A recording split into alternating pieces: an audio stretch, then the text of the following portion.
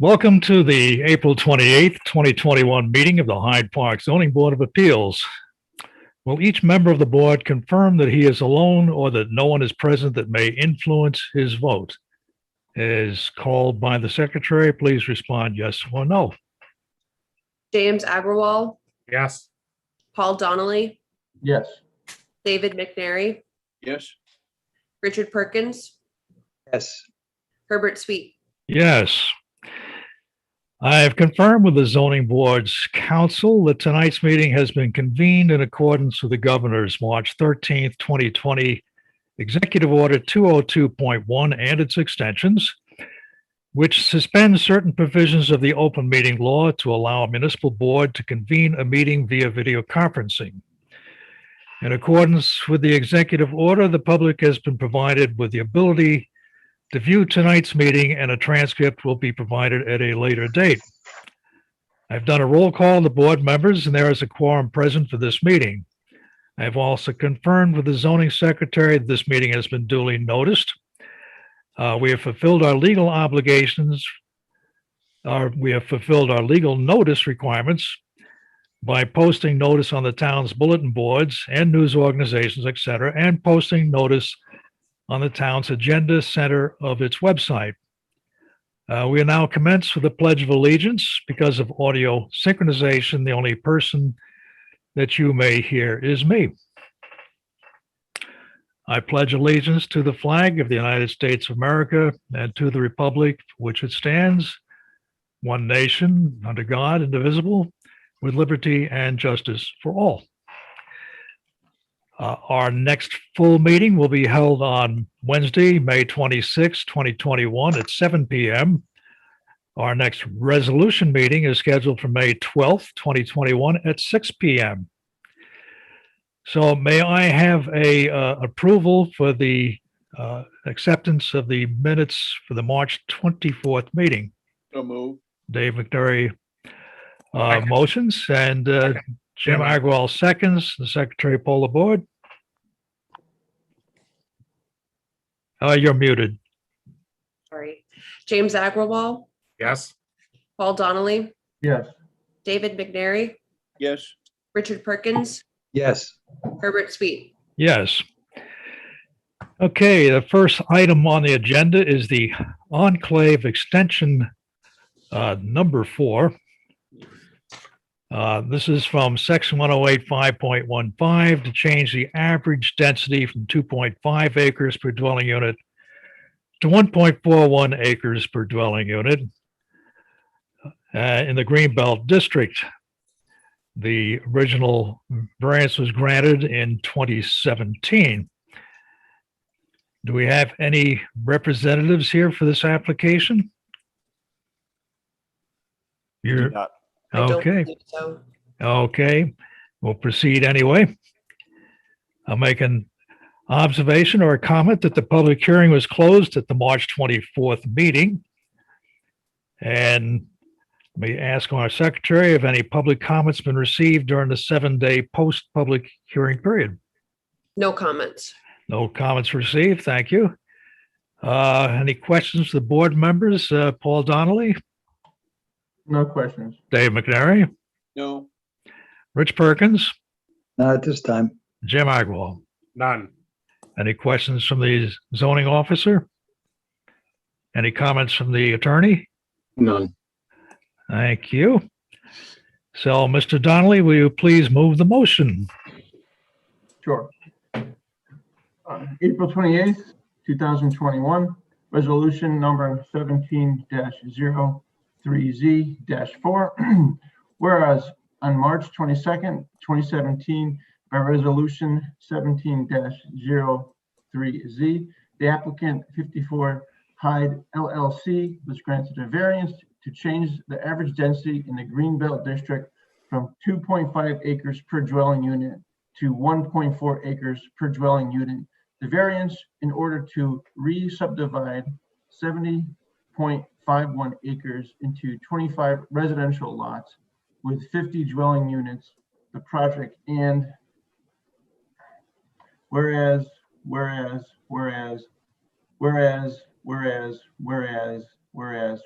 Whereas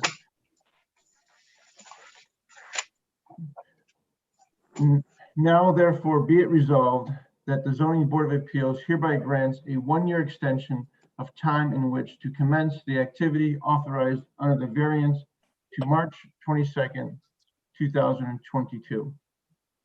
Secretary, poll the board. James Agrawal, Oh, hold on. We forgot the second. second, Dave McDerry seconds. Okay, now we can do the poll. James Agrawal, Yes. Paul Donnelly, Yes. David McNary, yes, Richard Perkins, One quick question. What's the limit number of times we can extend this? There isn't a limit on the number of times you can extend. However, each time you extend, you look at the circumstances and see whether or not an extension is warranted, whether or not there's been a change in facts. And I believe that based on the board's discussion last month, the majority of you appear to not believe that there was anything warranting a change to the approval. Thank you. Yes. okay, Herbert Sweet, Yes. Okay, on to our next item on our agenda. This is Locusts on Hudson, 135 Old Post Road, Statsburg, New York. This is a variance from section 108-4.3 G2 to allow construction within a stream corridor, changing the undisturbed area from 100 feet to 0 feet for a construction incursion in the waterfront district. To recap, the public hearing was closed on July 22nd, 2020, and a written comment was received from Christopher Schultz and his LSCOP within the post-public hearing closing period. It should be noted our zoning officers determined that the ground disturbances are not construction, so no site plan is required. However, review of the SWPPP plan by our attorney showed that the pond requiring an area variance is part of an 8.2 acre project on a parcel that is contiguous to a historic site, the Mills Mansion, aka Statsburg. According to 6 NY CRR 617.4, Type 1 Actions 9 and 6 NY CRR 617.3 G, a full environmental assessment form, EAF, is required. The EAF was received from the applicant on April 14th and sent to Dutchess County Planning on April 15th. So may I have a motion to reopen the public hearing? so moved. Motion. Jim Sure. Argel motions, and a second? Second, Who seconded? Paul Donnelly. Paul Donnelly. And Secretary poll the board. James Agrawal, Yes. Paul Donnelly, Yes. David McNary, yes, Richard Perkins, Yes. Herbert Sweet, Yes. And I believe Mr. Stout is here to make a presentation on the EAF and archaeological review. Yes, sir. Thank you very much, Mr. Chair. My name's Rob Stout. I'm the project attorney. I'm joined by Rod Morrison, who's the project engineer, and Beth Seelig, who's the consulting archaeologist on the project. As you may remember last month when I was here, I had indicated that I anticipated the EAF and all of the related materials to be submitted in advance of the April meeting. I believe at the time the field work for the archaeological report had been conducted the day before that meeting. The report was prepared over the next several weeks, submitted to both this board and to SHPO for SHPO's review and recommendation.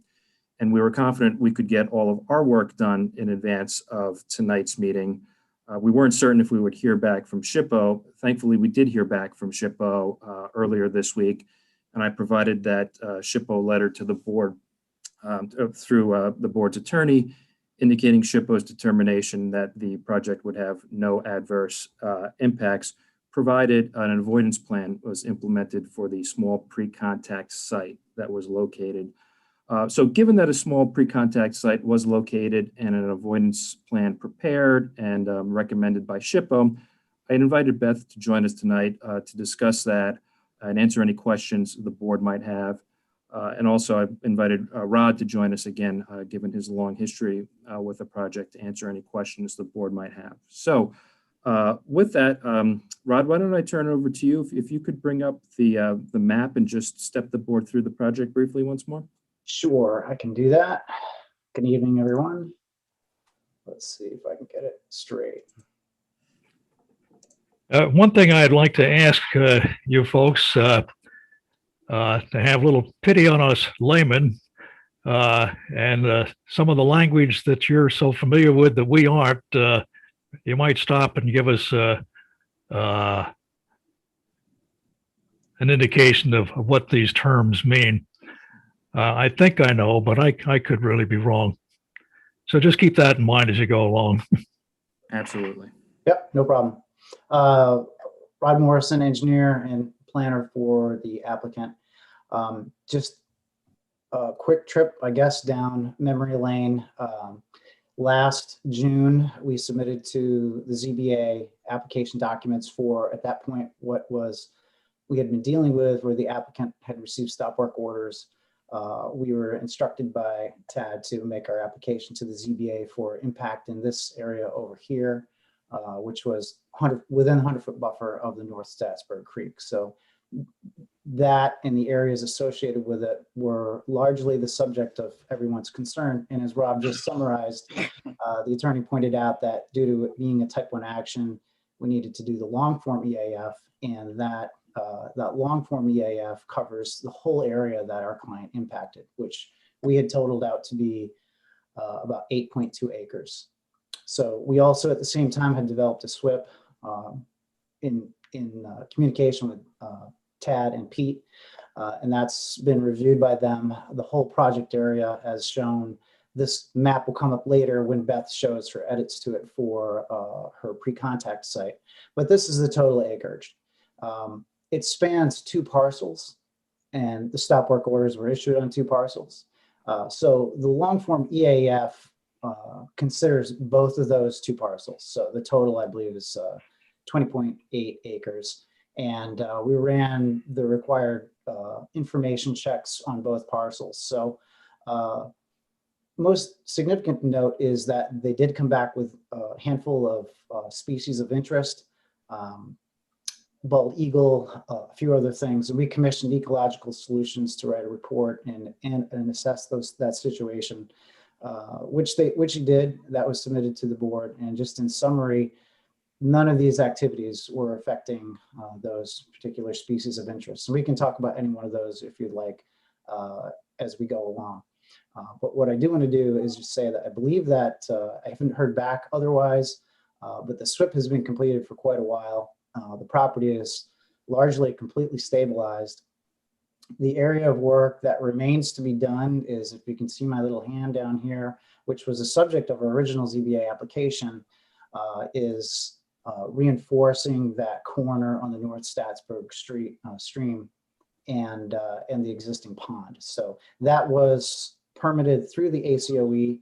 So we do have that permit in place, and all that information has been provided to the board. I think let's let you, Beth, take over and talk about what you did with SHPO to close that out. Sure. Did you want to? Okay, let me see if I can get this map up on the screen.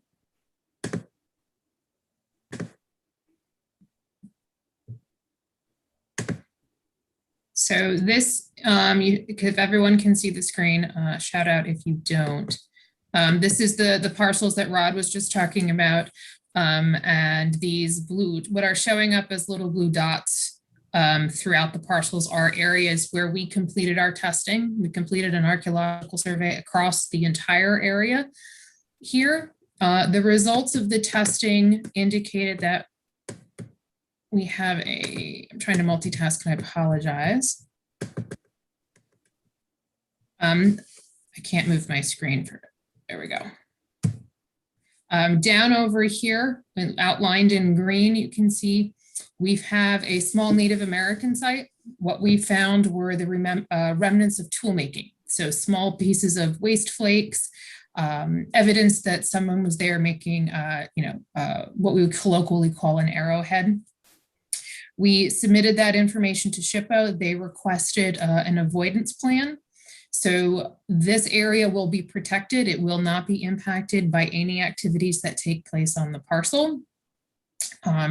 If activities are going to take place, a protective buffer such as a silt fence, temporary silt fence will be put around this boundary to make sure that no inadvertent impacts occur through tire treads of heavy equipment or that sort of thing. It's going to remain undisturbed. The natural vegetation is going to stay the same. This soil pile here, this gray hatching you can see, that's a large soil pile. Some of that topsoil may be relocated, but when and if that happens, the existing grade is not going to be disturbed. And so the clearance letter that we received from SHPO indicates that all of that is acceptable. And I can go into further detail on any elements that you'd like.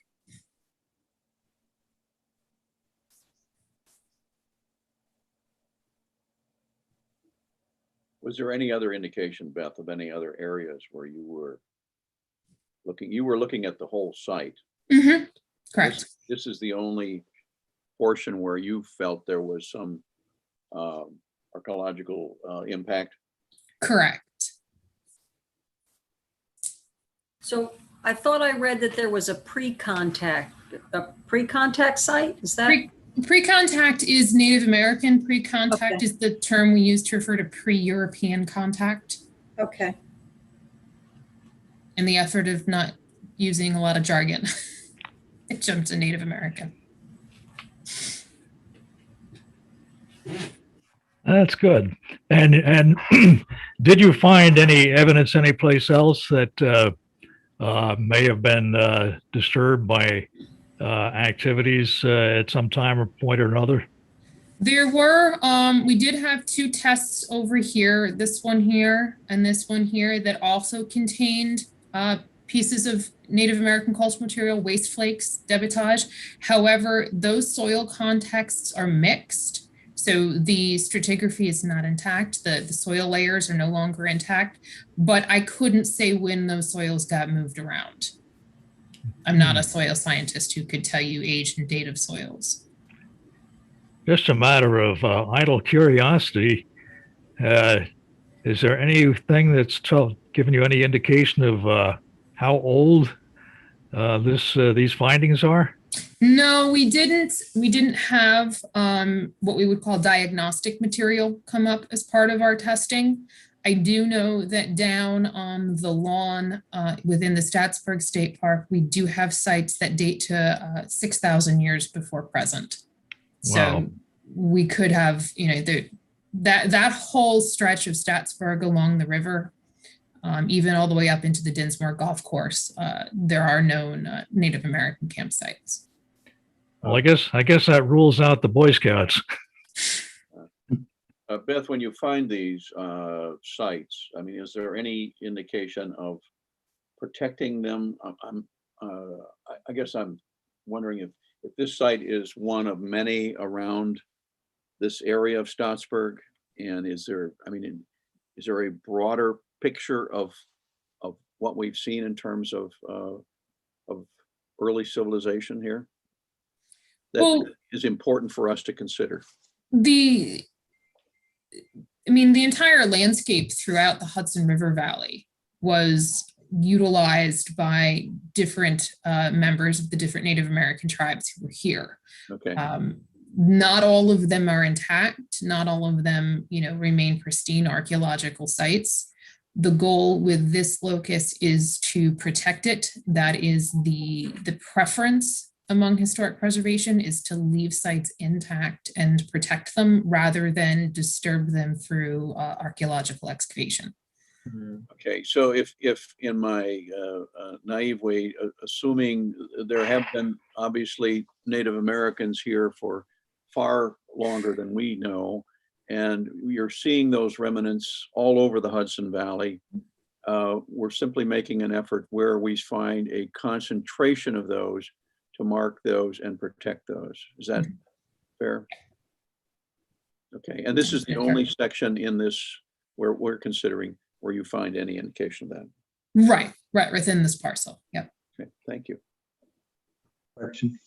Do I see a yellow line? What is the yellow? The orange, the orange hatching was the OPRHP office asked that we put that on to show where we noted when we were doing our survey that soils had been moved about, that the natural stratigraphy was no longer in place. Okay. The protected area, is it marked in any way so that people don't intrude on it? It's not. It is on private land at this point. The onus to a certain extent to follow through with the avoidance plan would be on the property owner. Would that get added to the deed so that in transfer it would be noted and the future owner would know that that was there? Beth, part of the avoidance plan is to demarcate the boundary, correct? Yes. Yes. Part of any approval, the board could essentially adopt the findings of SHPO and condition the approval on compliance with that avoidance plan, which would give it the permanence that you suggest. One of the, I'll just put out there, one of the downsides of putting up fencing and signing around archaeological sites is it tends to indicate that there's something there that's worth protecting. And, you know, it kind of can attract things that you don't want to have happen. Yeah. Okay. So that's why I said the deed would be, the deed might be a satisfactory way of permanence on the fact of all the work that you did, so that it doesn't have to be redone.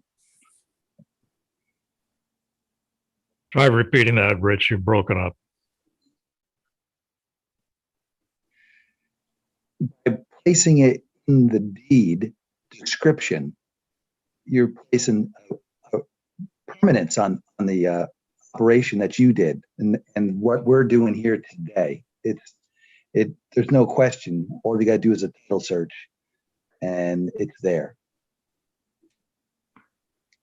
Is that normally done, or can it be done?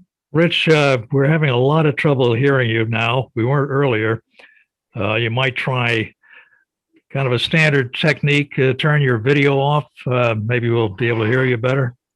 I think Mr. Perkins was suggesting or inquiring whether or not there could be a notice placed in the deed, so that the world would be on notice of this. Essentially, I think I can confer with your attorney, but I think the appropriate place to memorialize the location of this would be in the approval that the board issues and any conditions attached to that approval, rather than impacting the title of the property. Okay. I don't think I agree with that, because the rulings of the board are pretty difficult to go through 20 years from now. The deed is real easy. One of the things that we, as an archaeologist, that we try to do is to keep site locations out of public forums, because that way they do remain protected and they're not available to folks who want to go dig up, essentially pot hunters who want to go dig up artifacts and sell them on eBay or what have you, put them in collections, private collections. So while I know that deed covenants do exist, they tend to exist for larger pieces of property. We would want to be careful about putting anything out there in the public forum that would be that could lead to somebody pot hunting or otherwise destroying the site. I can understand that. Beth, is it fair to say, looking at this where you have designated an area and looking at this project that we are considering for approval, that site really is not instrumental or in terms of the actual site by the creek that we're considering? It's significantly far away. You found it, we've designated it, but in terms of the issue that we're considering, I'm interpreting your finding is it's there, but it's not going to have an impact in terms of the decision we're making. Correct. Based on what Rob spoke about previously about where the work needs to happen along the creek and over there by the corner of the pond, that work's not going to have an impact within the boundaries of this site. Thank you. One question, besides a silt fence, when the work is complete, could they not put like little, like dog training flags, you know, and when you're training a dog for an invisible fence, something that's not obvious that might go around that perimeter? If nothing else, the owner, as the years click by, he would easily be able to see with these little dog flags where that area is, because as time goes by, it's gonna be forgotten exactly where it is. And it seems to me little flags like for when you're training a dog wouldn't really be obvious to anybody but the owner. Isn't this going beyond the scope of what we're looking at, though? It is, but it's indirectly related, in my opinion. Okay. I think it's time to hear from Patrick. He's been pretty quiet in all his conversation. What's your take, Patrick? I would probably err on the side of David's conclusion, which is to say that this is all something that we should consider when we are looking at the SECRA determination. However, when it comes to granting the variance itself, this site probably isn't going to impact your decision. That being said, if we were to put a condition in a area variance approval that required compliance with the SHPO avoidance plan, that would provide a level of permanence, and it would allow TAD or zoning administrators decades from now to go down to the property and make sure that everything is still being followed the way it's supposed to. Does that seem safe enough, Beth? Mm-hmm. Okay, I think we have a plan. All right, we've kind of wrestled this a bit. Is any other part of the EAF that is yet to be presented, or did I hear Tad in there? Tad, you're muted. No, you heard my cat. Oh, I couldn't tell the difference. I'm sorry.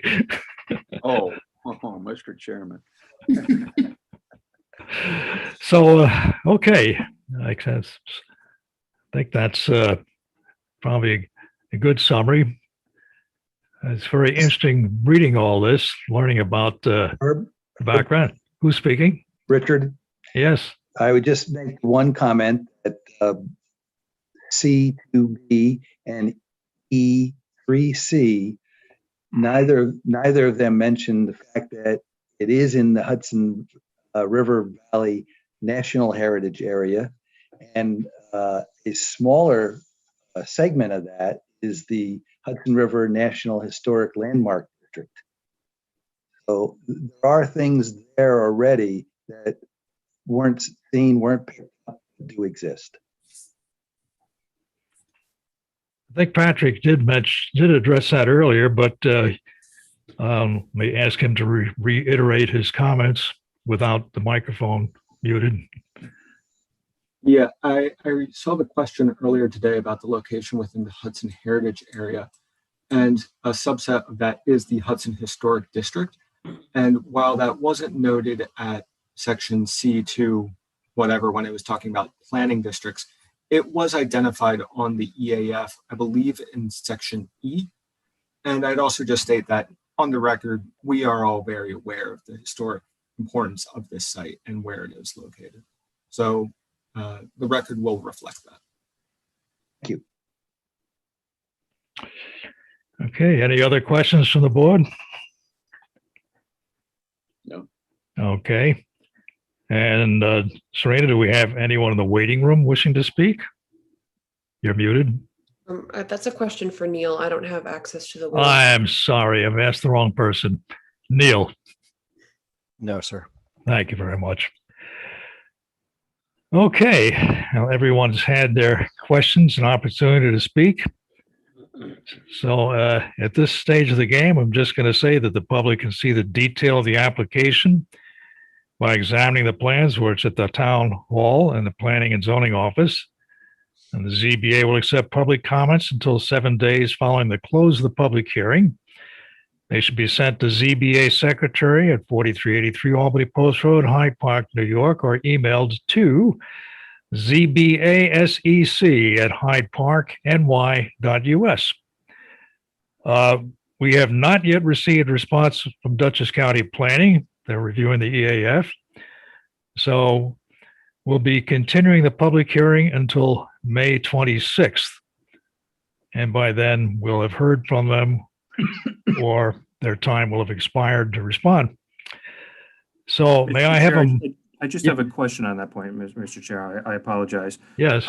Mike, Patrick, do you want to take that? I think we're about to say the same thing, so I'll defer to you. In this situation, I think it is very likely that the Dutchess County Planning Board is going to come back and say that this is a matter of local concern. And there isn't a hard requirement that we wait to close the public hearing until we receive something from them, especially as we're going to have this written comment period. So if the board is comfortable, I would be all right with closing the public hearing tonight. We're still going to have the written comment period. And then assuming the county gets back to the board before its next meeting, which I'm sure it will, they would then be able to act on the application. I kind of thought the same thing, but what is our fallback plan if we're wrong? If the county gives you significant comments on the application that raises new questions about information, we can always request more information from the applicants and go through the public hearing rigmarole again. If they instead just place conditions on the application, then that would bump the voting requirement up from a simple majority to a supermajority. But it wouldn't necessarily require a reopening of the public hearing. Okay. Mr. Chairman, based on that and Patrick's, I would move that we close the public hearing.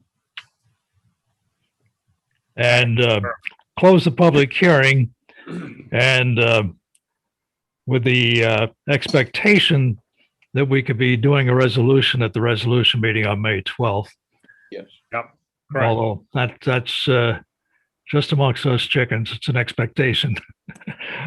All right, in that case, let me ask for someone to make a motion to close the public hearing. I just made that Motion. You did. All right.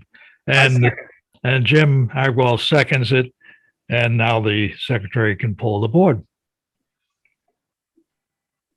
James Agrawal, Yes. Paul Donnelly, Yes. David McNary, Yes. Richard Perkins, Yes. Herbert Sweet. Yes. Okay. Everything works out all right. We'll be ready to go on May 12th. So I'll see you folks back here then if you want to come. Thank you very much. We appreciate it. Thank you, Rob. Thank you, Rob. Take care. And thank you, Beth. Okay. Good night. Thank you Good very night. much. Good night. Thank you. The next item on our agenda is an interpretation from section 108-28 rural events venue. The question is whether section 108-28 of the zoning law permits the construction of new permanent structures and buildings to house kitchens, bathrooms, and/or public assembly facilities as part of a rural event venue use. So may I have a motion to open the public hearing? I thought that was tabled. Not quite. It's we're going to be going through a little bit more formality, so we have to open it first. I make a motion to open the public hearing. Thank you. And will someone second the motion? I'll second the motion. All right. Secretary on mute and poll the board. James Agrawal, Yes. Paul Donnelly, Yes. David McNary, Yes. Richard Perkins, Yes. Herbert Sweet. Yes. On the advice of our attorney, we will be closing the public hearing and continuing it to the May 26th monthly meeting. You're just continuing, not closing. So it's just going to be continuing to May. You're absolutely right. I wrote this at the last minute, so No we're worries. just going to strike that. And I'll make a motion that we continue this to the next meeting. thank you. And now we need to have a vote on the board. We need a second. Didn't we have a second? Yeah, Jim. Jim, Okay. Okay, James Agrawal, Yes. Paul Donnelly, Yes. David McNary, yes, Richard Perkins, Yes. Herbert Sweet. Yes. Okay, our next application is James Picker, 45 East Market Street. This is a variance from 108.5.15 to change the front yard setback from 50 feet to 20 feet to allow the extension of an addition on the garage in the neighborhood district, and another variance from section 184.53G2 to alter the stream corridor setback from 100 feet to 72 feet, 72.6 feet, to allow an existing deck to remain, and this is all in the neighborhood district. So may I have a motion to open the public hearing? so move. And a motion, second, Second. and Secretary poll the board? James Agrawal, Yes. Paul Donnelly, Yes. David McNary, Yes, Richard Perkins, Yes. Herbert Sweet. Yes. And I believe Mr. Johnson is here this evening. Yes. First thing I have to ask you, Mr. Johnson, are you related to a much younger Chris Johnson? Well, my last name has a T in it. That might make a difference. No. I was a campaign treasurer for a Chris Johnson about 15 years ago, a young man who ran for the town clerk position. And he lost. So when I heard your name, I says, I wonder. He didn't have a T in his name. That's why he lost. Detail. It's a wonder I remember. So can you give us a summary of the project? Yes, during the process of applying for a building permit for an extension of an existing workshop, we encountered the fact that we need to apply for a variance on the front yard setback, which is required 50 feet, of which we have an existing building and the new addition, both at approximately 20 feet.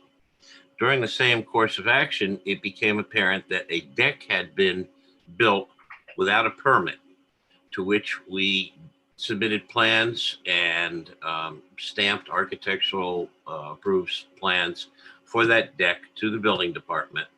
And it was found that that deck was constructed within the 100-foot corridor to the Crum Elbow Creek. So there are two variances we're seeking, one for the front yard setback and the second for the 100-foot setback from the Crum Elbow Creek. Neil, could you zoom in on the top right quadrant? Yes, right there.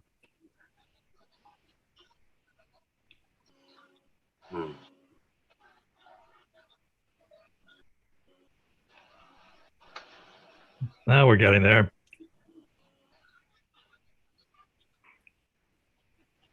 So, Mr. Johnson, you can show us with your, maybe one of either you or webmaster can put a mouse pointer at the two setbacks that we're talking about. Is my pointer visible here? no, Well, how do I make that? You should be able to annotate. Do you know where the annotate function is? I don't see at the bottom of my page anything for that. But why don't we just do it this way? Just above the word existing 12-foot by 25-foot deck, there is a dimension line that shows 72 feet 6 inches. And that was taken from the apparent high water point on the creek to the closest point of that deck. Now, I actually used to work as a surveyor, and many of the dimensions that were taken here are to the edge of the creek. We used to recognize the center line of the creek, which would be an even greater distance. I'm not sure which of those dimensional requirements pertain to the distance here, but we chose the lesser amount to show you. That's the edge of the creek to the corner of the deck. That's correct. Okay. So that would be the one dimension. The other dimension pertains to, if you go to the left of that, there's an existing structure that's hatched on the perimeter, and next to it, to the left of it, is the proposed new 10-foot by 22-foot 6 addition. And the distance on those is actually shown on the other plan that I submitted, which I could bring up on my screen if I can get to it here. Let's try this one. Yes, here's can everyone see this? Not yet. Okay, so here is the corner of that property and the existing. well, we're not seeing it yet, so you'll have to go into share screen. Then the bottom of your screen, you should see, when you move your mouse down there, you should see a toolbar pop up. Yeah. And in the center is a kind of fluorescent green button that says share screen. Yes, that was here, but now it's been, this drawing has overlaid it. Okay, so I don't know how to get there without losing. Well, I guess we can get along without it. I think if we go back to the other drawing that you're looking at, you can explain it with that drawing.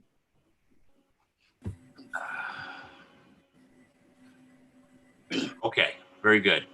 Now, I think if you zoom out on, am I talking? Yes. I thought there was a little inset on the lower left corner of the drawing that was, is that what you're looking for? No, this is the drawing for the deck. Okay. The drawing for the actual addition was a separate drawing, Okay. a different page. Okay. Do we have that in your? Neil, I'm not sure if I sent that. That's it there. Yes. Or is that mine that's in the background now? You're seeing your own. We never received it. If you can quickly send an email, that would help. Me? Are you referring to me? Or Chris. I don't have access to it right now. I'd have to leave the Zoom meeting. Chris, can you send an email to me, or you definitely can't access your screen? I did include it in my application, and I can, but that'll take a moment. Is there nothing in the file that displays the other plan? I didn't send all of the documentation to Neil, so he just doesn't have access to everything that you sent us. What's the file name? Let me see if I've got it here in my documents. The project number, it's my relevance, not yours. Okay, so I'll try and send an email here. And what is the email address I'm sending this to? You can send it to N Krupnik, N as in Neil, KRUP as in Peter, NICK at hydeparkny.us. All right, let me just NKRUPNIK. Could you repeat the rest of it? NICK. NICK, sorry. Correct. At hydeparkny.us. The whole word Hyde Park. HP.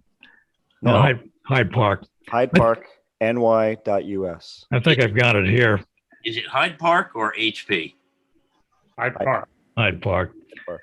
Multitasking, get things wrong. I'm going to see if I can bring it up here. And that's dot .gov, No. .us. .us. .us. Just going to see who gets to it first.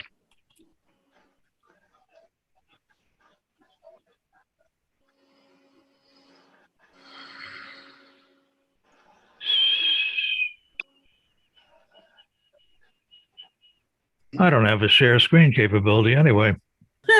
That's been sent. All right, it's up to Neil. Now I have to get back to my Zoom meeting here. Oh, wait a minute. Yes, I do. Yes, I do. I'm looking in the wrong place. And let's see. Where is it? Herb, if you are, Here it is. oh, okay. Can you all see that? Yes. Yes. I think I'm running my mouse around it right now. I think that's the dimension we're looking for. Yeah, that was sent to us. And if you look at the upper right side, you'll see the, well, you see these dimensions, but the plot plan for survey dated 8/5/90/86. Yeah. Well, this is what we were looking for here. From the addition Yeah. next to the existing garage to the front property line. Where's Mr. Johnson? Are you there? Yes, can you hear me? Yes. Yep. Can you see what I've got on the screen? That's the one. You got it. Okay. Okay. So from the property line to the closest point is 20 foot 10 inches, and the setback requirement is 50. So we're asking for a reduction of that 50 feet to the 20 foot 10 inches. The existing building, which is to the right of that, is actually 14, 4.5 inches. So this is set back even further. Understand that. Okay. Do we have anyone, Serena, do we have anyone in the waiting room who wishes to speak on this application? Neil, I don't believe we have anybody. Ah, And I have not received any comments. Serena is correct. that's 2 gigs for me tonight. I'll pretend there weren't any more. Okay. So let me poll the board members, see if there's any questions. Mr. Agrawal, do you have any questions? None. Mr. McNary? The only question that is related to the property but not to this decision is the owner going to have free beer tomorrow? That's for you. I think we all know the answer to that. You have to ask tomorrow. Those of us who travel past his house frequently see these adverts. Let's see, who do we have left? Mr. Perkins. How close is the neighbor's house to the property line? To the property line? Yeah. I Seems would, to me that the whole area is pretty squished in there. I don't know. well, there's a considerable distance between this addition and the property line. And I would say from the property line, I don't have an exact dimension for you, but I've been there, and I would say it's approximately 20 feet from his Okay. property line to the neighbor's house. Is he going to do noisy work in that garage? No, he actually models, he's actually a film animator, and he does his animations in clay. So he models clay figures, moves them ever so much, and takes multiple pictures. No audio, huh? I think he does do some audio, but it's not rock and roll music. Yeah. Yeah, that other picture you just showed, Herb, before the one that's up there now, showed the house and the garage, but the parcel access shows the next door neighbor. yeah. So here's the garage with his cars would be the extension. What what we all have to keep in mind is if you take a look on Dutchess County parcel access, you'll see that this house was built a couple of 100 years ago, if I recall. Quite old, yes. And in those days, they didn't believe in big front yard setbacks. They built right up to the road. And so that's what you find in a lot of these older homes, very old homes, that they are up to the road. And that's why these folks need a variance. And there's virtually no one in back of him because of the creek, or to the right of him because there's another adjoining road. So there's one house within proximity to this property. Of course, there's another house across the street that's down quite a bit. So this would be the closest house right here. Right here, yeah. Down in the bottom part of that picture. Okay. And Mr. Donnelly, any questions? No questions here. Okay, well, I'm going to get out of sharing. And I don't think there's much more we need to discuss here. Any questions or comments for the zoning officer, No, no comments. the attorney? Just to note that this is exempt from secra and from referral to the county. Yes, as a residential application. Good to hear that, so we can all remember it. Okay, the public can see the detail of the application by examining the plans, which are at the town hall at the Planning and Zoning Office. The ZBA will accept public comments until 7 days following the close of the public hearing. They should be sent to ZBA Secretary at 4383 Albany Post Road, Hyde Park, or emailed to zbasec@hydeparkny.us. May I have a motion to close the public hearing? So moved. And may I hear a second? Second, And will the secretary poll the board? James Agrawal, yes. Paul Donnelly, Yes. David McNary, Yes. Richard Perkins, Yes. Herbert Sweet, Yes, and we're expecting to have a resolution at our May 12th resolution meeting. And remember, that starts at 6 o'clock. So, good evening, Mr. Johnson. Thank you. Thank you for coming, Mr. Johnson. Appreciate it. Thank you for helping me find the right screen. Okay. Now, is it necessary for us to appear at this May 12th meeting? It's not necessary, but you may want to. Yes, I think I will. So it would be a Zoom meeting similar to this. I'll Yes. sign up and we'll go through the procedure. Well, thank you all for your time. Okay. Good night. Good night now. So I'm going to unshare my screen There you go. and good night. Good night. There he is. He's gone. Okay. Our next applicant is Chad Rimpf. Good evening. There he is. 7 River Road, Hyde Park. This is variance 108-4.3 G2. This is the alter the stream corridor setback on the east side of the house from 100 feet to 47 feet, the south side from 100 feet to 57 feet, and the west side from 100 feet to 80 feet, to allow construction of screened-in porch and new bathroom to an existing house in the waterfront district. So may I have a motion to open the public hearing? Motion, Second. And Secretary poll the board? I'm sorry, I missed who the second was. Okay, James Agrawal, yes. Paul Donnelly, Yes. David McNary, Yes. Richard Perkins, Yes. Herbert Sweet. Yes. Okay, Neil, you can bring up the wonderful diagram we have that our secretary prepared. Kind of ad hoc, but I think it sums things up very nicely.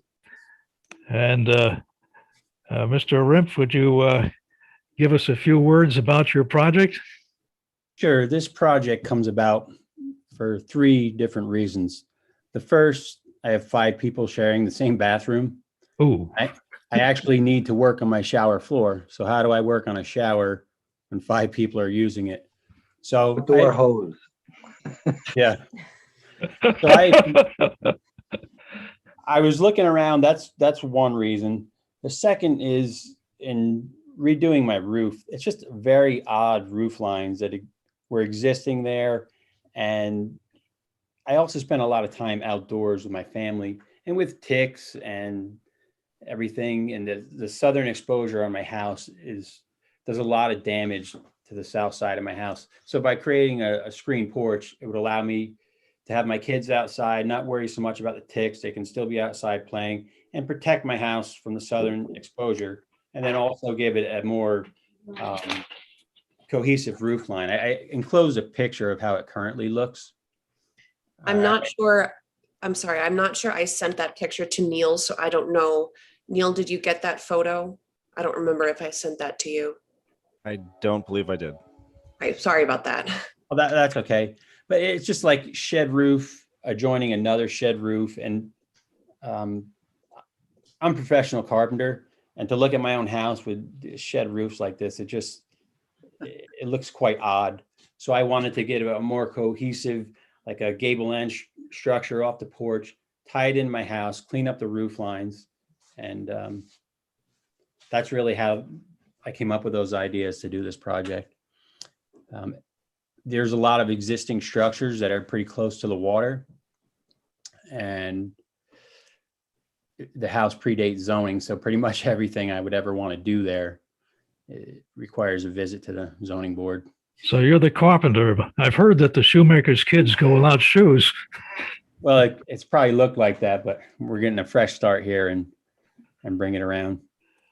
Now, in this drawing, the stream, which stream is that? That's not the Crum Elbow. That's a separate stream that comes by your. I'm not sure where that actually comes from. It's somewhere close to the town hall, maybe Regina Chaley. Underneath the Schleppy's house. Yeah. It's a tributary to the Crum Elbow. I don't believe it's named. Okay. So it crosses over the river road and goes down and probably meets with Crum Elbow. Yes, it goes into the pond. Okay. Okay. All right. I'm just trying to see. Having gone by that. Okay. It goes through Mr. Ferenza's property. Okay. Which way does it flow? Downhill. Right. Of course, but I can't tell from this.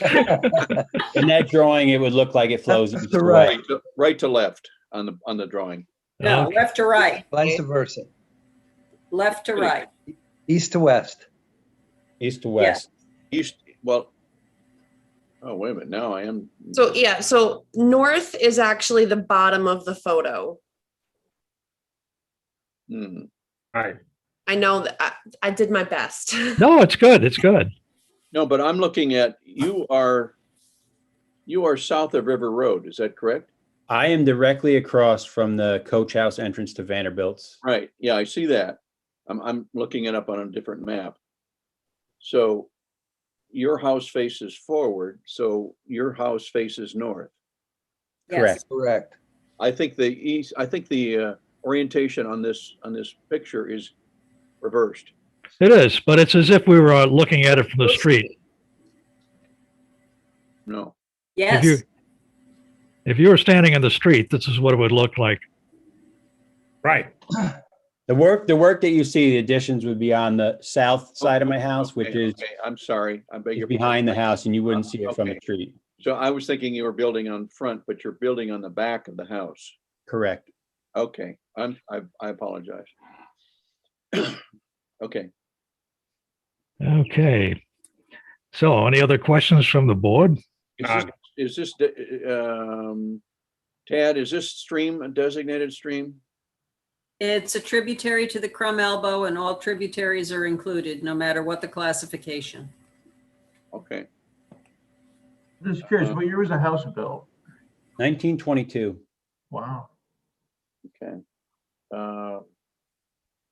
So That'd be the we're within 100 feet of a stream. Yes. Oh, yeah. Is that part of the variance? That is the variance. That is the three-part variance. Okay. Okay, so nothing in terms of the construction of the addition of porch and the bed and the bathroom. Simply, The bedroom. Bedroom's existing. the bedroom is existing. Okay, the porch is not. Correct. Or and the bathroom. And the bathroom would not be. No, correct. You would step out of the existing bedroom into a bathroom, which would then lead to the porch. It's kind of like the best location for plumbing. Right. Okay. All right. I'm with you. Okay. So this is a stream variance. Okay. Stream corridor, anything within 100 feet of the high water of a stream, Okay. anything within 100 feet of the high water of a stream is within the stream, is the stream corridor. And where any Okay. construction is prohibited unless, of course, you get a variance. And that's what this is all about. Mr. Rump, can you indicate the flow of the property from the porch back to the stream? Is that a downward? It's downhill, yes. Okay. Any idea of the drop from your house to the stream? Maybe 10 feet. Okay. All right. So there's a good slope there. Yes, and if you look, there's other dotted structures on there that actually exist. There's sheds. Garage. Yeah, there was a garage that I had a variance for. It was torn down. I've been replacing some of these dilapidated structures Okay. and just bringing it back up to snuff. Is there any other structure that's not shown on here? No. Okay. All right. Okay. Any other questions from the board? No, Any comments from the zoning officer? Mr. Rimpf has always been careful to come to the zoning board of appeals for the variance from the stream corridor every time he's ever constructed anything. The property is in really good shape and he does a pretty good job of reducing any impact to the stream corridor from within his property. Yeah, I saw that in the application history. Keep that picture up that you have now. You can see the road, you can see where the stream goes under the road on the very left-hand Okay. section, that dark line. Okay. So it's coming behind. We can't see it in this picture, but we can. All right. Okay. If I could just add something. Sure. If you look at this picture on the back side of the house, you just see like a very large shed roof to the left. Yes. It's just a very odd look. So this new addition would kind of mimic at a larger scale the appearance of the front of the house. Okay. Oh, I see. Good. And now your comments about the roof Shed roof. inconsistency are beginning to make more sense now that I can see this. With All my right. specialty being, roof framing and whatnot, to have my house full of shed roofs is kind of embarrassing. Yeah. From a skilled craftsman's perspective. Yeah. Yeah. Yes, I know all about it. When I was a teenager, I worked in a TV shop and the boss's TV set didn't work. Yeah. Well, I actually work for the National Park Service across the street, and I make sure that their houses look like nothing ever got worked on. And when I sit over there and look at my house, I say, I need to do that. An old story. Okay, I think we've been through it. Any comments from our attorney? Just to note that this is also exempt from 239 referral and from secret. Now you're getting choppy. That's it. No comment. It's exempt. Exempt from 239M. Okay, so the public can see the details of the application by examining the plans, which are at the town hall at the planning and zoning office. The ZBA will accept public comments until 7 days following the close of the public hearing. They should be sent to ZBA Secretary at 4383 Albany Post Road, Hyde Park, or emailed to zbasec@hydeparkny.us. May I have a motion to close the public hearing? Make a motion to close the public hearing. I'll second And that. second? And Secretary poll the board? James Agrawal, yes, Paul Donnelly, Yes. David McNary, Yes. Richard Perkins, Yes. Herbert Sweet, Yes. Now we have a new I'm sorry. Mr. Rip, you can go work on your shed. And if you want to come join us on May 12th to hear the news, why, you're welcome to do that. Thank you. Have a good night. Thank you Okay. very much, Mr. Rum. Appreciate your comments and your work here. Thank you. Okay, now we can start the next application. We have a new application from Ronald Haas, Wildlife Properties, 290 Cream Street, Poughkeepsie is the mailing address. We have an appeal to a notice of violation, which is an appeal to a determination of the zoning administrator with respect to an alleged violation of the zoning law at the above referenced property. And I believe we have Mr. Haas here. Yes, good evening, everyone. Okay, Thank you, Mr. Haas. so what would you like to tell the board? I'd first like to start off, thank you for letting me apply for this application. I spoke on numerous terms to Mrs. Moss about the alleged situations. There has been quite a few that I've worked on and was able to clear up as we speak here today. There are a few that, as far as myself appealing the decision of, she had mentioned per se, like, we have a small signage out front that notes items that are per se like pertaining to what I do as like saleable goods. And then other items that are like, we're working on the items like that are in the parking lot that are as saleable goods, I guess, per se. As a contractor and going through the board in 2009, I was granted a use variance, which was the third ever granted in the town of Hyde Park, which I am beyond grateful for as well. And my whole background is historical restoration and the demo and salvaging of older structures. In return, I am a huge passion of mine is to reclaim these materials and try to minimize the waste going into landfills and trying to give them a new use, whether we rebuild things inside the shop or then in return, bring them back. We sometimes do store them on trailers, whether we're going to use them or they're going out to another customer's home to be things having built on. So things of that nature. So, but the biggest thing is not letting them all go into landfills and being such a throwaway society. So if you guys have any questions upon that. Okay, thank you very much. I've looked through the documentation over the years and have abstracted what I think is most relevant to what the zoning board is involved in. And I'm going to start and mention a few of the conditions to the use variance that was granted in 2009. There should be no outdoor storage of petroleum products, pressure-treated wood, or demolition materials. Outdoor storage is limited to the 25 by 28 foot enclosed area at the rear of the structure. Neil, would you bring up the photograph that I mentioned to you? This is a photograph that I took on April 11th. We're looking south over the parking lot at the building. Another condition, there should be no further expansion of the use without approval of an additional use variance. And this variance does not permit any other general commercial use of the property.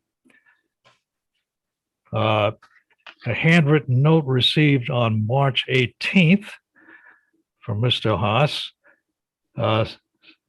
Some word unreadable. This is in scripts. Business, which had been granted use variance, has evolved into a complete demo and salvage of old antique goods of raw materials and it goes on.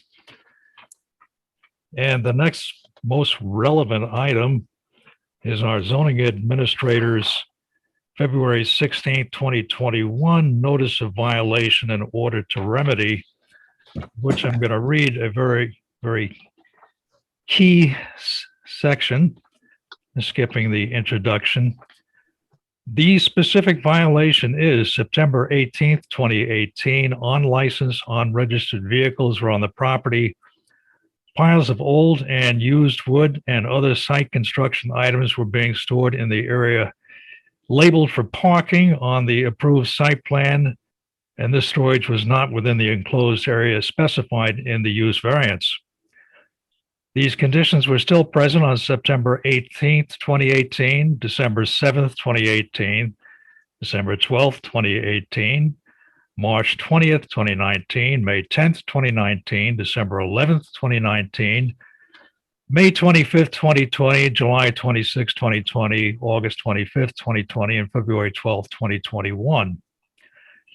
In addition, on July 26th, 2020, a temporary structure has been installed and signage posted as notice of items for sale, establishing a use that was not authorized by the ZBA or Planning Board site plan approval, and the sign was installed displaying without site plan approval or permit. These conditions were still present on August 25th, 2020, February 12th, 2021. So that's where we stand.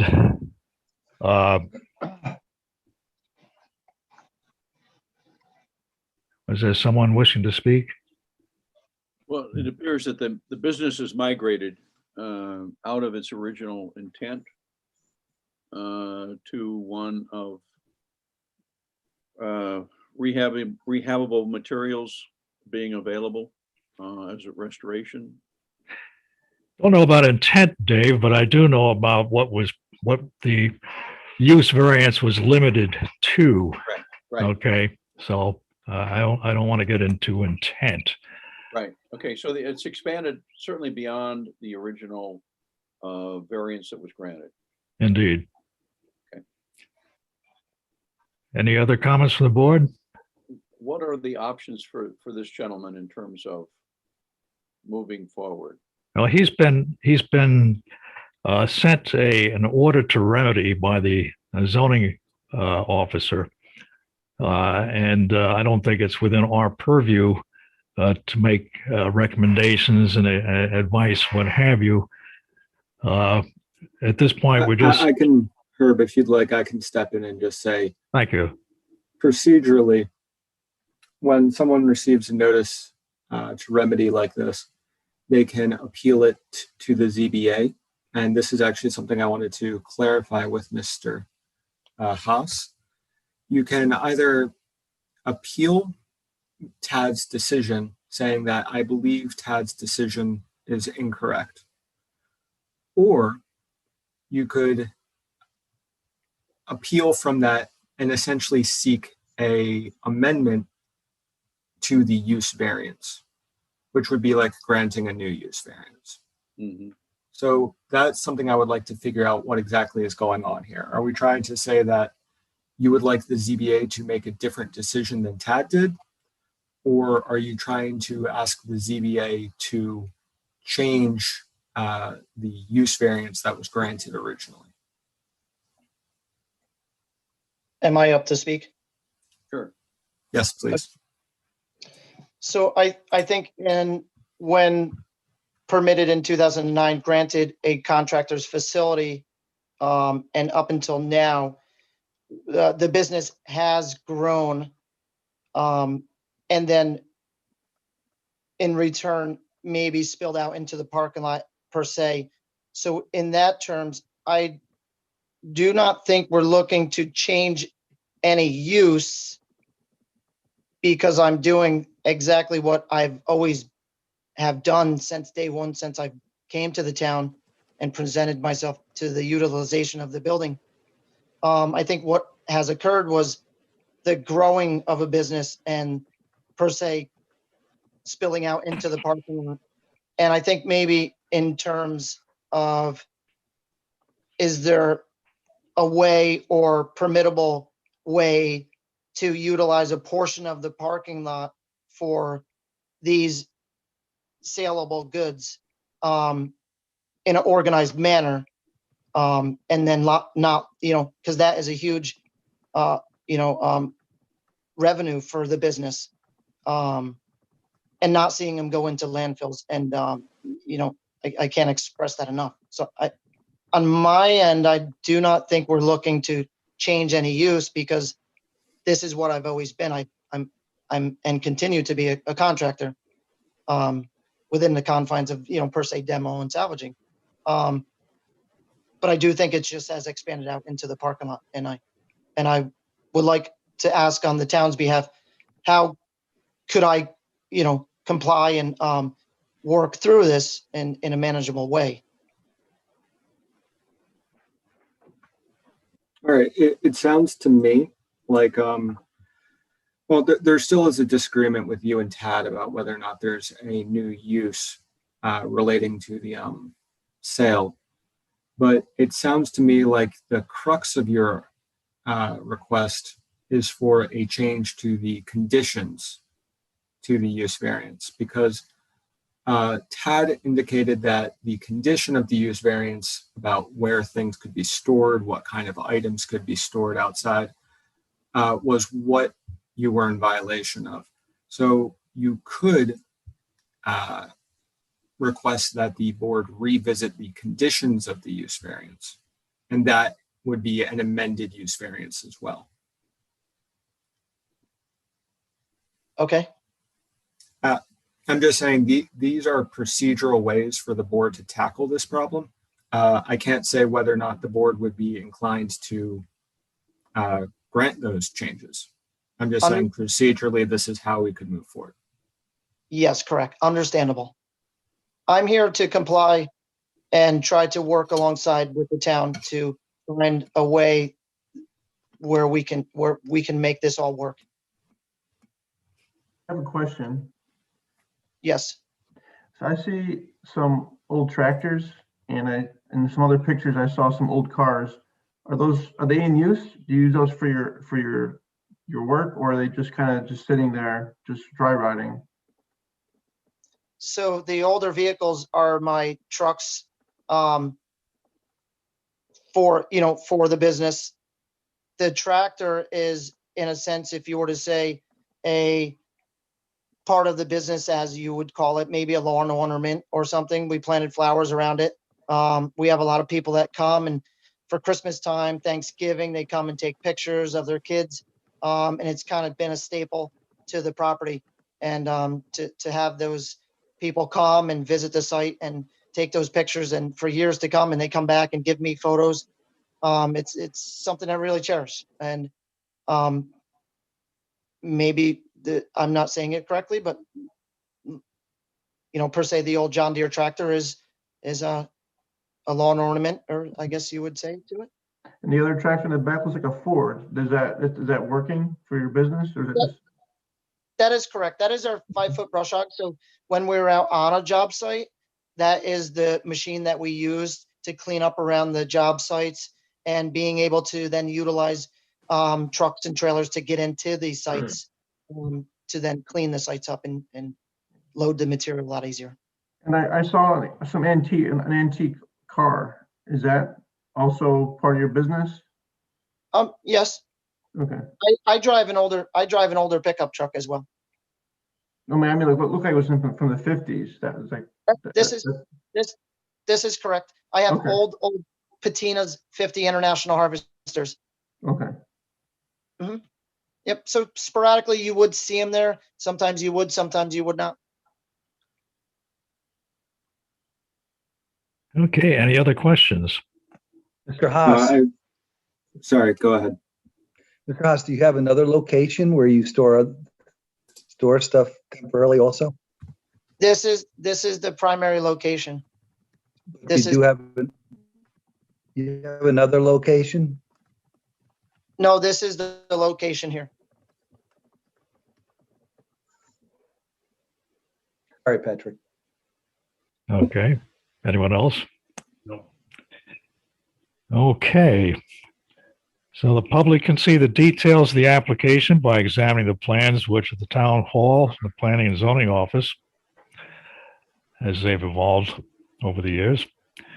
The ZBA will accept public comments until 7 days following the close of the public hearing.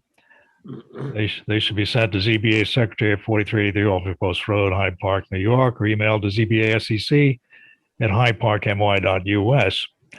May I have a motion to set the public hearing for May 26th?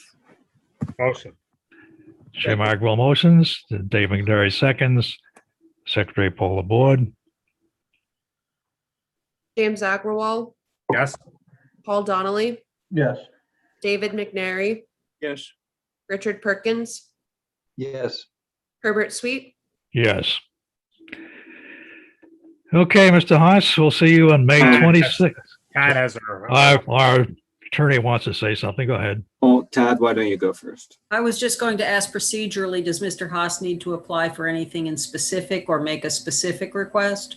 I was going to say, this type of application would be subject to, it could potentially be subject to environmental review or county referrals.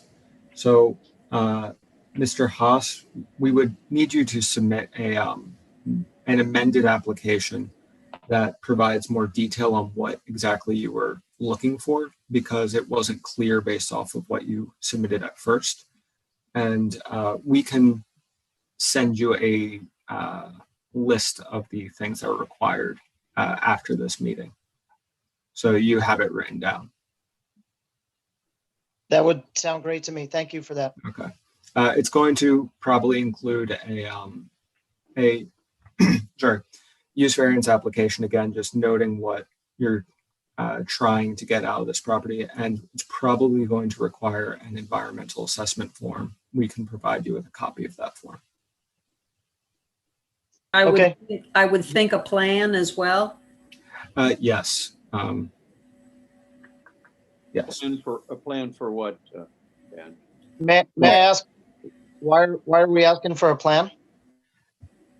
Because you're changing the use from a parking area on the original application to, I believe, storage of materials now. So there would need to be some kind of an indication, I would think, as to where that storage would be allowed and what types of storage would be allowed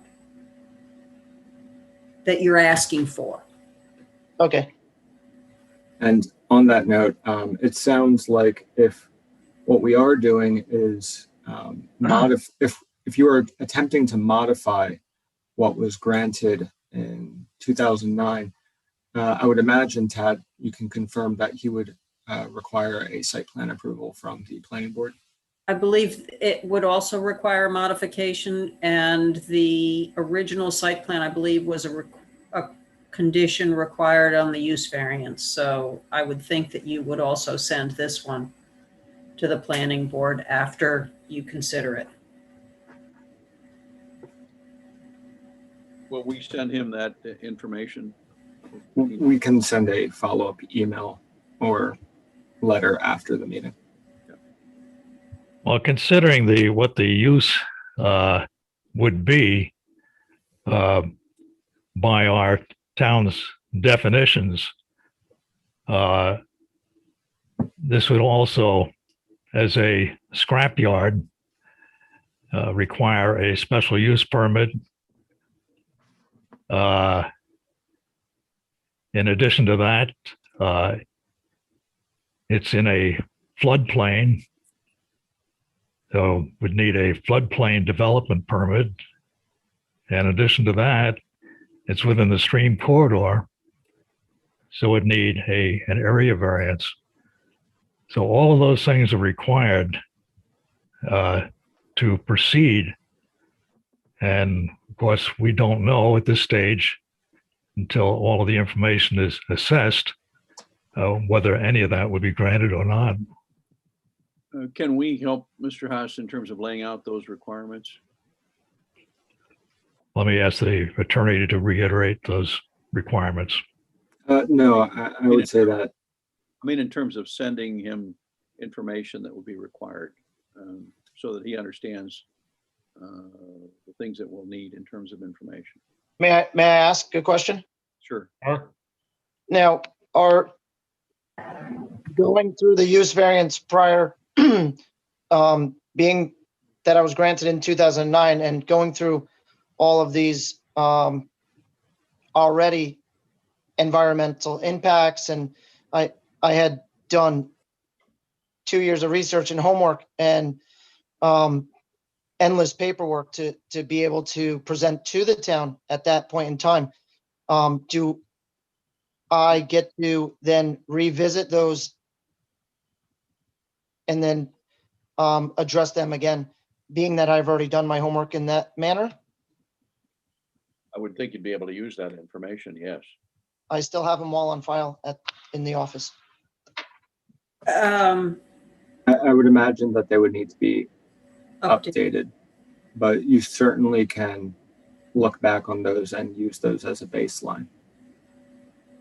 Because in regards to, I disagree. And when we were to say scrapyard, that would be in my terms of a car junkyard or a different statement. Of course, that's only my opinion.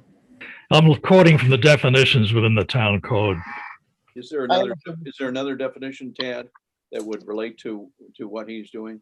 No, I believe that the scrapyard has to do with storage of over 1,200 square feet or 100 square. I don't remember the specifics of the definition, but it's storage of basically used materials for sale. Oh, good. Herb's going to drag out. I got the big book here. Thank you, Herb. Well, I can also just say that it is possible for the application to be in part disagreeing with Tad's interpretation as to scrapyard and the use, right? And then simultaneously asking for a change to the conditions of the original use variance. Right. Here's what the scrapyard definition is in the definition section of the zoning code 2.2. The scrapyard is the use of more than 100 square feet of land or structures for more than 30 days for the dismantling or accumulation of used and discarded materials outside of a completely enclosed building. The term does not include a refuse dump site as defined in Chapter 66. 100 square feet for dismantling or accumulation of used and discarded materials. That is what the definition of scrapyard is. And we seem to be looking at one. So we set this aside and we can continue. 100 square feet isn't very big. No, 100 square feet is 10 by 10. That's more than 10 by 10 there. It certainly is. The original variance was limiting outdoor storage to the fenced-in area to the rear of the building. Shows up kind of light. There it is. That's where everything outdoors was authorized to be stored according to the conditions to the variance. The variance was not open-ended, that the business could grow into whatever it wanted to grow into. It was very limited. So that's where we're starting. And so these are the things that have to be considered. If this area was enclosed, would it change what we're talking about?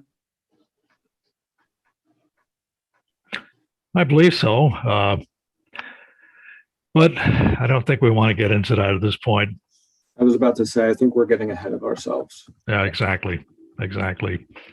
We just laid out some of the difficult areas that have to be addressed.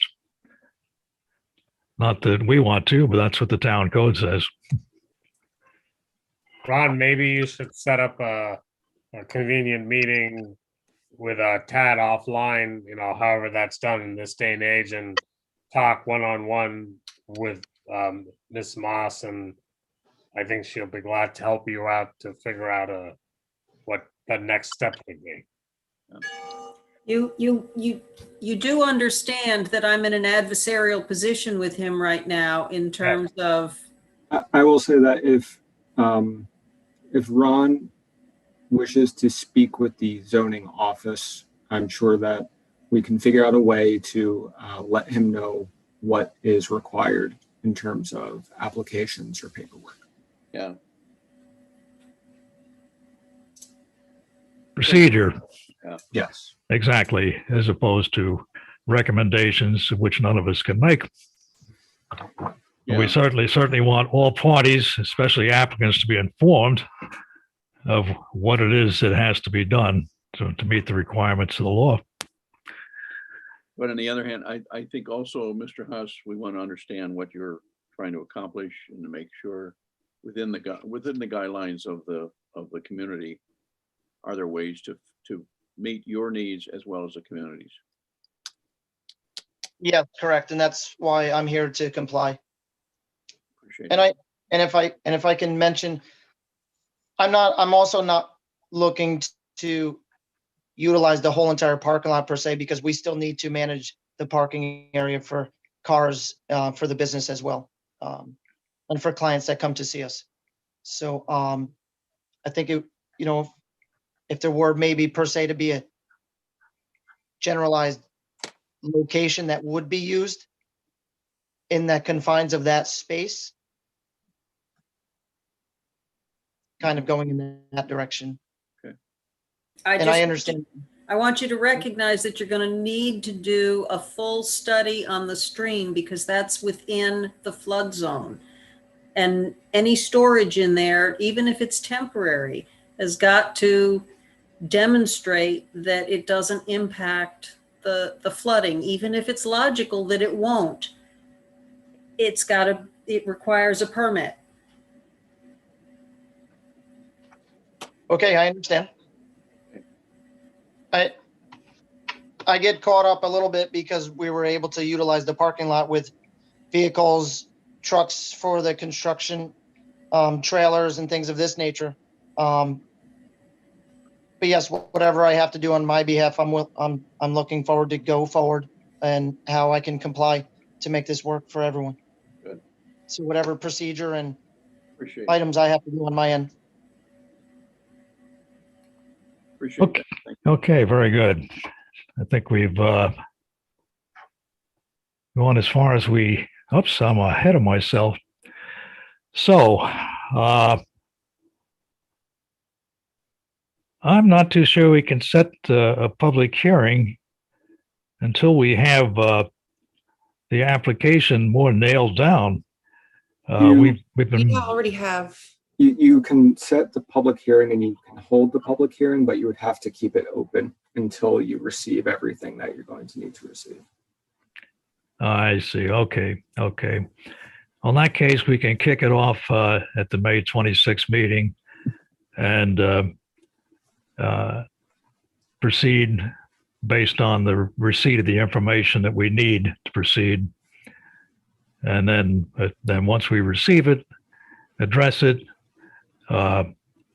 address comments from the public, and that's the general process. All right. So in that case, let me have a motion to set the public hearing for May 26th. I would move, set the public hearing for May 26th. And a second to the motion. Jim Agrawal seconds, and Secretary poll the board. James Agrawal, Yes. Paul Donnelly, Yes. David McNary, Yes.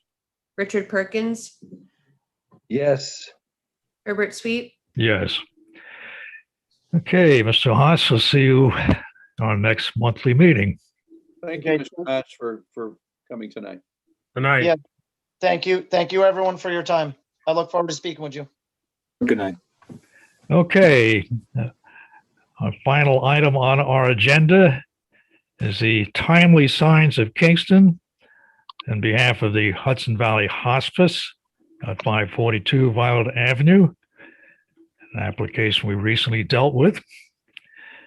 It's changing the maximum logo size from 10 inches to 23.5 inches to allow a larger logo on the sign. And I see Mr. Oops, there it is. Neil has brought up the graphic right away.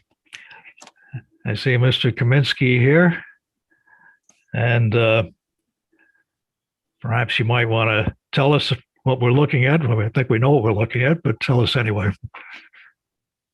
I'm just, my name's Paul Bikert, and I am from Timely Signs. I develop these designs on behalf of our client, Hudson Valley Hospice. And, you know, we worked really hard with the architect and our client to develop a signage package here, especially for the freestanding sign, that meets all of the town requirements, with the exception of the logo. And we have had an issue before, especially with the Hyde Park office. There's a current variance in place. There is a, with the branding for Hudson Valley Hospice, there's a fairly large starburst that has required a variance in the past for the building letters. If any of you have seen that, there's a variance on file for that. We were able to successfully rebrand their Hyde Park office when they did their recent renovation and exterior update. I think it looks much better than the previous version.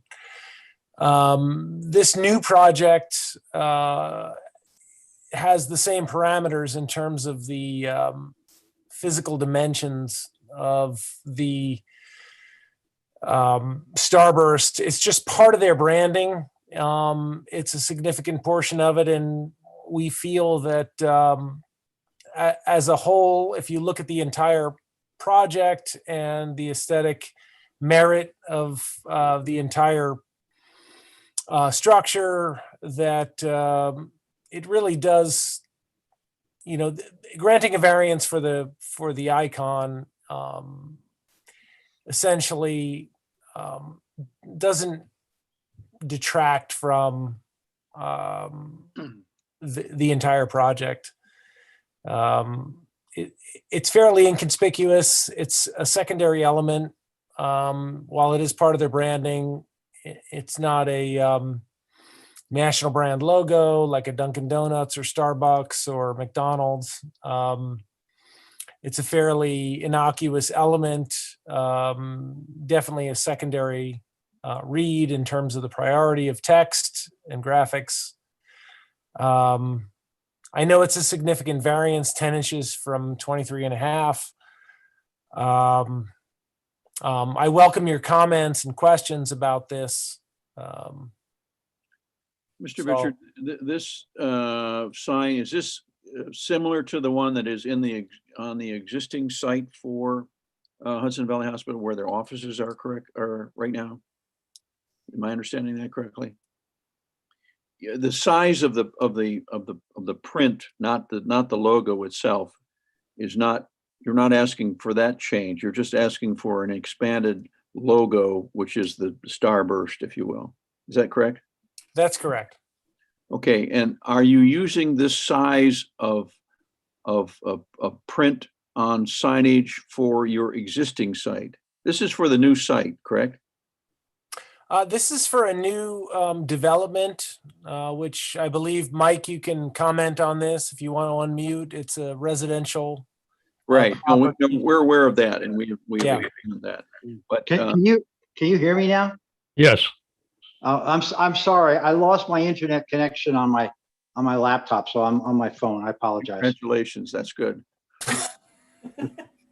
Dave, this is the same organization that we just passed. No, I know that. I know that. All I'm saying is, right now you have an office site, and you're using, if I understand correctly, you're using this size print signage. And what you're asking, is that correct right now? Yes. Okay. Yeah, it's basically, yeah. So we're not talking about the size of the text on this. We're talking only about the size of the logo, which is a starburst. The whole thing- I'm sorry to interrupt, but the whole thing is the logo. Right. And it includes the starburst, yes. Okay. Okay. All right. The logo is within the red border, correct? Yes. Right. But the logo includes Hudson Valley Hospice, and in this case, Hudson Right. Valley Hospice House. That's our logo. That we put that on everything. Right. The graphic is the orange, Right. No, I and understand. that's what we're after. And right now, we are, Tad, are we limited, the size that is acceptable for a logo is much smaller than this, is that correct? That's correct. Okay. 10 inches. 10 inches is what's permitted. Okay. We'd have to shrink lettering to meet that. Right. Okay. Okay. And All it right. would make teeny tiny little letters. Yeah. Yes, right. If you can read this, you shouldn't be coming here. Okay. Where is this? Where is the sign going to be? Is it going to be? It's down. It's on basically a couple of feet off of 9G, on the building side of the new sidewalk that we'll put in parallel to 9G. Okay. At the Okay, entrance so there'll drive. be a, At the entrance. oh, at the drive. end. And this will be perpendicular to At the entrance. 9G, is that correct? Yeah, at the entrance, it'll be perpendicular to 9G and parallel to the driveway. Right. Okay. So if I'm stopped at 9G, I'll be able to look both ways without seeing that sign. Where are you stopped at 9G? Turn onto 9G. I'm Hudson Valley Hospice. Leaving Hudson Valley Hospice. When I pull out to the road, Yeah. I will be able to look in both directions. Oh, I see. Yes, it's far enough back from the road. Right. You'll be able to see the road before you get off the drive, both directions of 9G before you get off of the driveway. Okay. Site distance. Right. It does The not. Hyde Park, Not the a Hyde Park. site for coming out on 9G. I think what Mr. Perkins is getting at is whether or not this would be a hindrance to making a turn on the highway. And I believe the answer I heard is it's set back enough from the highway that it's not going to be that kind of an obstruction. Right.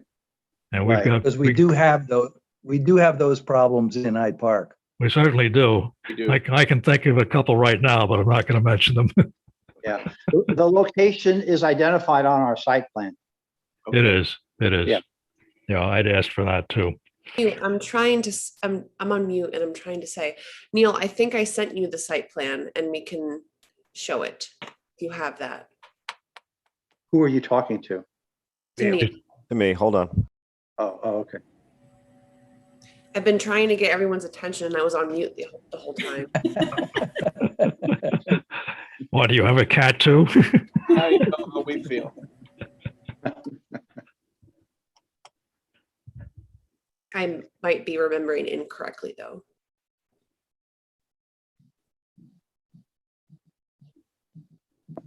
I'm not seeing it. Bear with, please. Neil, if you let me share my screen, I believe I have it up. You have permission to share. Oh, all right then. Well, I think I'll do that. All right, are you seeing the site plan? Yes. Yep. Yeah. I believe it is right here. Is that Yeah, correct? there it is. I Right see there. a monument sign. That's right. Yeah, And that's then- the fact. So this is 9G. Yeah, zoom in a little bit, Neil. That's good. That's good. Now we can see that there's considerable distance between the edge of the monument sign and the roadway. Yeah. Now, nobody's going to have the problem we have at places we all know where. Okay. Okay. Yep. Excellent. Pretty And- All good. right, I'm gonna stop my screen share. As a matter of fact, you could see that there was a 20-foot marker from the edge of 9G to the bench that the planning board requested. Okay, And the bench is about 10 feet away from the sign. okay. Okay. So How tall is that bench? unless there's some really tall people sitting on the bench, we should be okay. Okay. Now that everything is going quiet, let me ask any more questions from the board? No. No, Okay, zoning officer, No. attorney. Just that out of an abundance of caution, I've advised that we do a seeker review and also refer this to county planning, and I've prepared a resolution for your consideration that does that. Yes, and I've asked Mr. Agrawal to make that motion. Do you have a final version besides what I have on my computer? Hasn't changed since we sent it to you. Okay. Well, there's no resolution number on what I Yes, have. there's a new resolution number. It's 21-05Z-1. Okay, so ditto on that resolution number. Oh, wait, there we go. There we go. That's what I was looking for. Resolution classifying the action and referring the application to Dutchess County Department of Planning and Development, Hudson Valley Hospice, 542 Violet Avenue and 31 East Dorsey Lane, Hyde Park, 12538. Dated April 28th, 21. Resolution number 21-05Z-1. Whereas,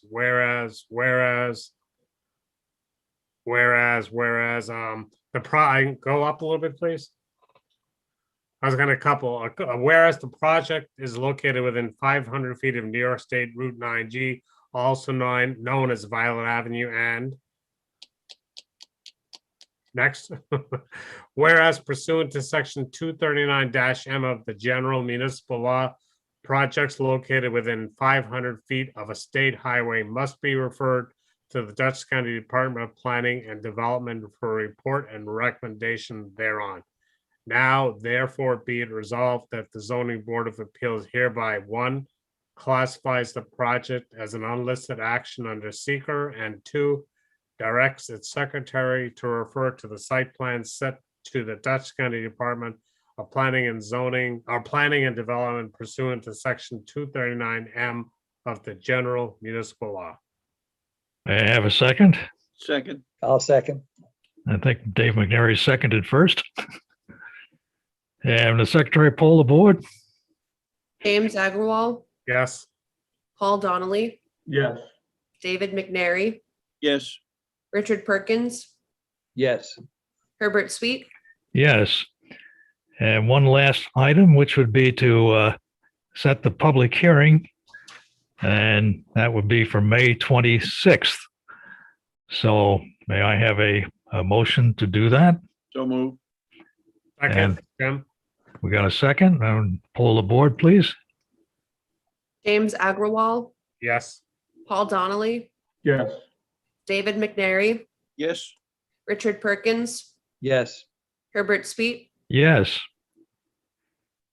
Well, that takes care of everything that I know of. Mr. Kaminsky, I know that we're jumping through a lot of hoops, but we want you to know we continue to support your project, and we got another hoop to go through. Well, I think he's having some problems. No, Oh, I can see the part of him. There he goes. There's another part. Mike, did you hear that question? I didn't hear a question. I heard a statement. He did. It wasn't a question, correct. So it's all over for tonight. And we'll see you folks back here May 26th.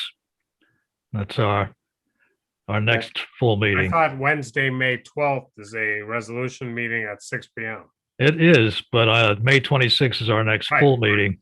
Right. I didn't think you wanted to do much more at the resolution meeting from what I'd heard. The resolution meeting is when we are we've decided to have brief interim meetings to kind of expedite the process along and not let people make people wait a full month when we don't have to.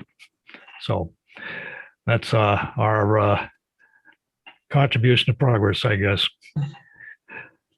Okay, So so because, I'm sorry, so because this is going to county, is that correct? That they have so many days to respond, that's why we can't close the public hearing and deal with a resolution at the next meeting? yeah, exactly. Because Okay.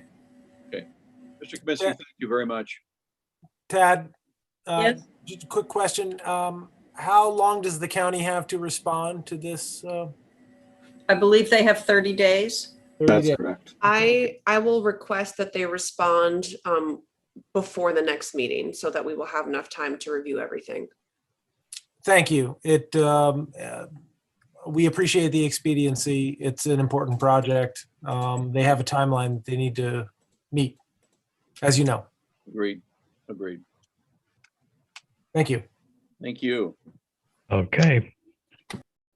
All right, we'll see you folks here on May 26th.